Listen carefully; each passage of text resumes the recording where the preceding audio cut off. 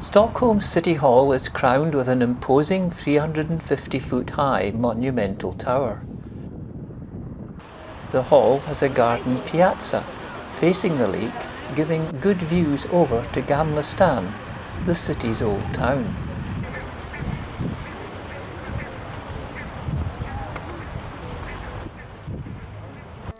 The whole building is clad with red monk's bricks, both inside and out.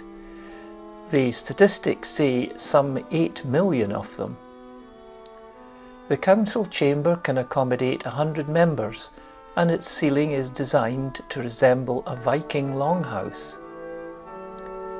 The Oval Room, with its French tapestry along with the Princess Gallery, were a popular venue for civil weddings on a Saturday.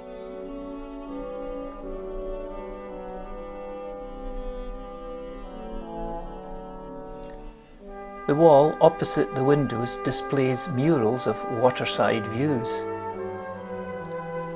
The Golden Hall was definitely the highlight of the tour, with the amazing mosaic work in glass and gold.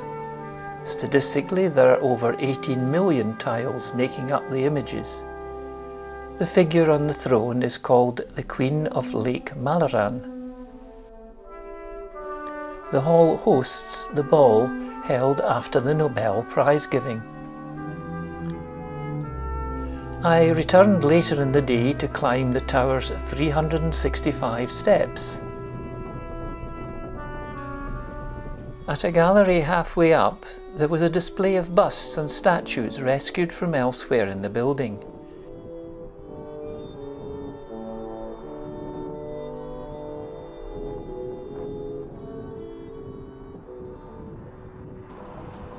It was worth the climb to get the panoramic views of the city, including the picture postcard view of Gamla Stan.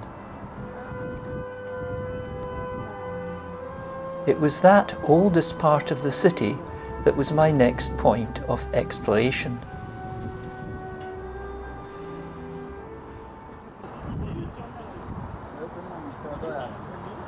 One of the entrances to Gamla Stan is a passageway through the impressive Parliament House building. By far the largest building in Gamla Stan is the Royal Palace, and its outer courtyard hosts the daily changing of the Royal Guard ceremony, supported by a marching band.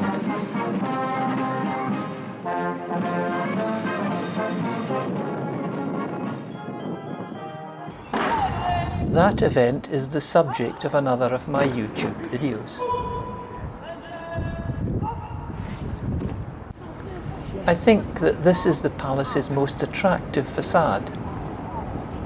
The rider on the equestrian statue represented a former king. Just behind the royal palace is Stockholm Cathedral, the oldest church in the city, with its origins dating back 700 years. Visitors are welcomed in by the candle globe installed in 1972.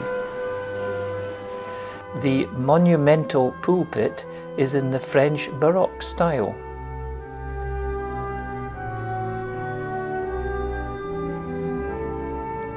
Ebony and silver were materials that had been used to create the impressive altar. The rose window above the altar had been made in Paris, and it is a relatively modern 1850 addition. The main organ sits above the west doorway and is more than 200 years old. A key exhibit was the 500-year-old carved oak sculpture of St. George and the Dragon.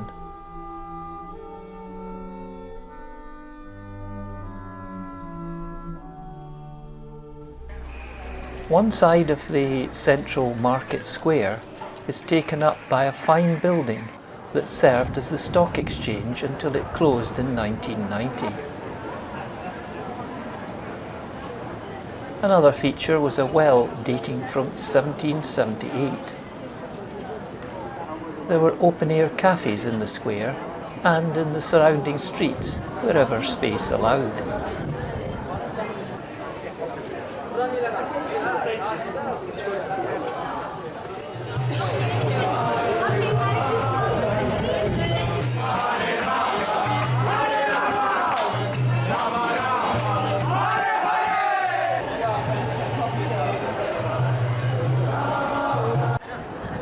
At the foot of this street was a bronze copy of St. George and the Dragon statue.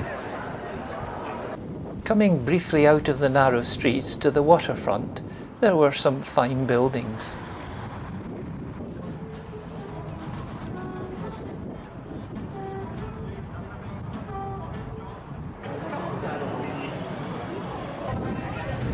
Getting views of tall buildings was a challenge, but this graceful spire belongs to the German church. Like the City Hall, much of the construction is of monk's bricks.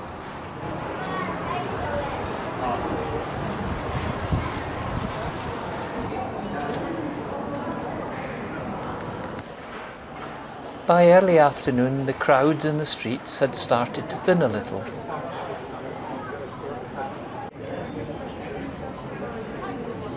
This third church in Gamla Stan is unusual in having a cast iron spire.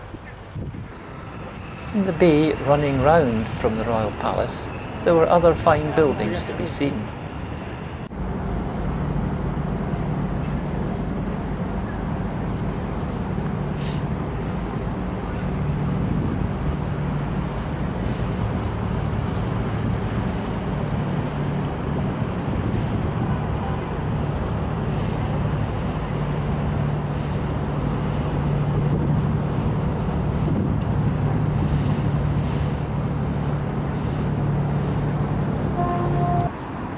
On my walk back along the waterfront to my hotel, I was passed by two of the vintage trams sometimes deployed on the Djurgården route. In the evening I went underground into Stockholm's metro, or T-Bana, where many of the 100 stations have original works of art. It has been quoted as being the longest art gallery in the world. I had only time to visit about 10 of the stations, but I saw many different types of art, from murals on the rugged walls to displays of decorative tiles.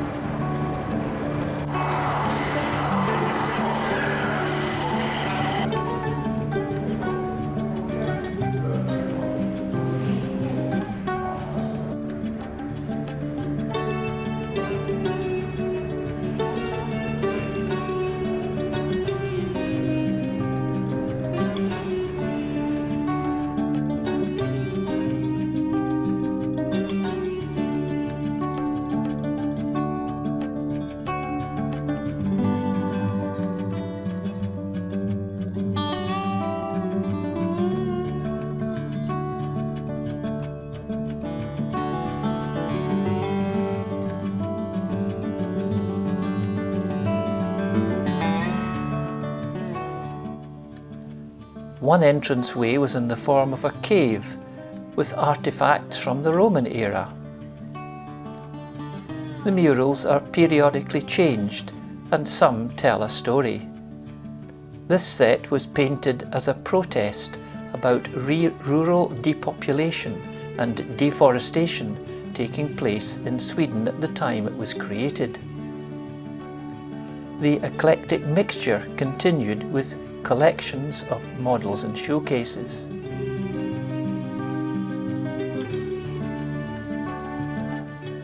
One station was adorned with childlike drawings that could be viewed in different versions from the back-to-back platforms. My favourite, though, was still the image of the rainbow at Stadion Station.